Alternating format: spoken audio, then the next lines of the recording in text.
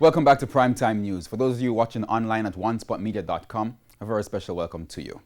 Up first this evening, the doctor hired by the family of Jodian Ferron to observe her autopsy has fired back at the University Hospital of the West Indies following a statement in which it said the results of her autopsy were released prematurely. Now, Dr. Jeff Ford disclosed yesterday that the 23-year-old woman died from heart failure alone on the grounds of the hospital. But the UHWI said there is misinformation in the public sphere on the matter. Now, our reporter Kirk Wright has been following the story and now reports. Jeff Ford, the doctor who was hired by Jodian Ferron's family to oversee her autopsy, is sticking by his position that she died from a heart failure. Dr. Ford fired back today after the University Hospital of the West Indies, where Jodian died, said in a release that he was premature in making an announcement about her cause of death. When you look at a post-mortem report, for example, if you ever done a murder case, say a gun murder, you'll see the final line, cause of death due to hemorrhagic shock. But if you read above, you'll see other things, secondary to gunshot wounds. Yeah. So in most post-mortem, they are usually secondary causes, but usually there's a one-liner, and it's sometimes not the safest thing to do to conclude or to act upon that one-liner alone. I have already spoken.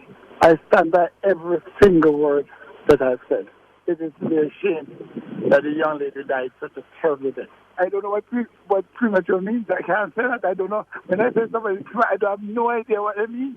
So I'm going to demonstrate that I don't know what I mean. So I think that's just verbal. It's just words I just put together because I can't defend the indefensible. In its release, the UHWI also said it notes the misinformation in the media regarding the coroner's examination performed on Ms. Ferron yesterday. The hospital further states that the cause of death is usually pending further ancillary testing. General Surgeon Dr. Alfred Dawes agreed with the hospital. He spoke with Emily Shields on Radio Jamaica's Hotline program this morning. I think Dr. Ford is going to be asked to explain himself based on the allegations that he made publicly, and this is just the beginning of that. It's difficult to say at the time of autopsy because you're looking at the organs and the specimens that are removed, but you have not examined them under a microscope as yet. You have not done any toxicology tests and so on. So whereas you can look and say, all right, this heart looks big, it looks like there was heart failure because there's fluid in the lungs and so on. You still have to wait on the examination under a microscope to see exactly what it is. Any other tests such as toxicology and so on, liver samples and so on would have to come on board before you can really say this is the definite cause of it. Meanwhile, the attorney representing Jodian Ferron's family, Isaac Buchanan, says the University Hospital is refusing to hand over Jodian's medical records to the family.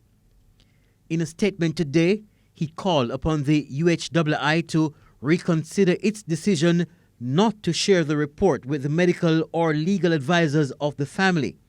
The statement further adds that if the hospital still insists that neither the next of kin, the medical advisor, or the legal advisor cannot receive these documents, then the Parliament must consider whether this position in any matter like this is in the best interest of the nation.